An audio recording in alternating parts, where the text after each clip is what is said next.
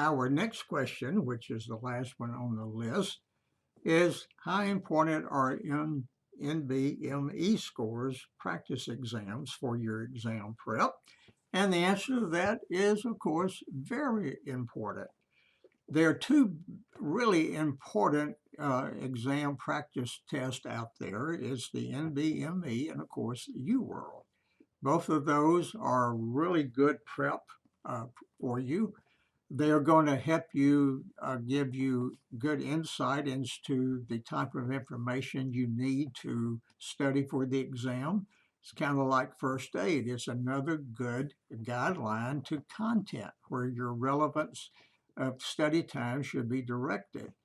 And of course, NBME is very well known to give you a predictor score relative how you will perform on step one. And there's a fairly close correlation between the NBME scores and your actual performance on the step one.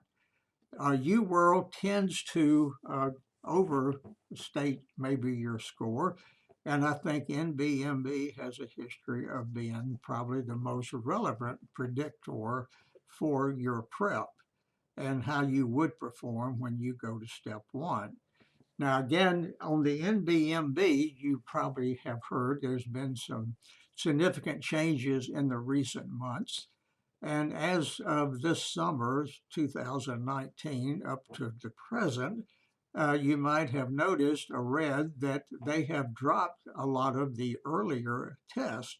So the only older test that they have is number 18.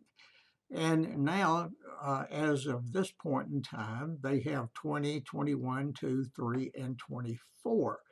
So you have those opportunities to take and give you some prediction of how you will perform. 18 has always, in recent times, been a good predictor. And of course, the new tests that have just come on the scene, 20 through 24, they don't have a track record yet, but based on the history of NBME, I would think that they would all have a pretty good predictor of your success when you take step one.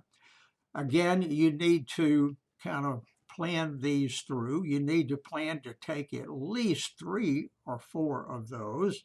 And you need, for instance, you need to take one kind of early in your study sequence of time as a foundation. It gives you a basis. And of course, if you're in your early time of study, you haven't gone through everything yet. So the performance there might not be as strong as it will be as you take one of the tests within a week of sitting for the step one. So again, you start off with a good foundation where you are, and then if you take one every several weeks up until the week before your exam, then you can see a progression of score, progression of learning curve as you take these tests. Now, one of the things that's important in taking this type of exam is not just take it to get a score. You take it to learn from. And so you need to take every exam question, especially the ones you missed, and try to see where you missed the question. What did you miss in the STEM? What did you carelessly not read in the particular choices you have? So it's very important that you use the exam to help you understand, again, these concepts of medicine.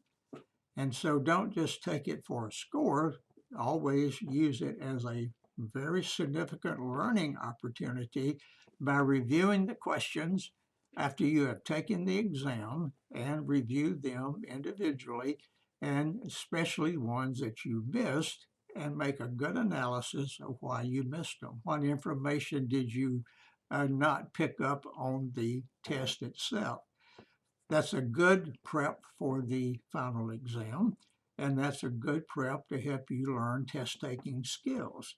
And the more questions you take, as we said before, the faster you will be on the exam, and again, the better you will perform.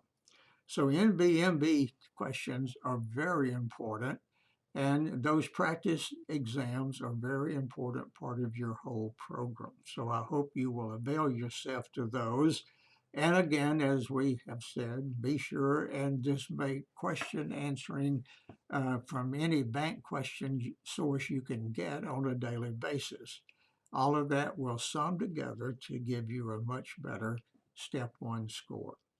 So good luck on that test whenever it comes to your time to take, and hope that you can apply some of these principles to your study pattern.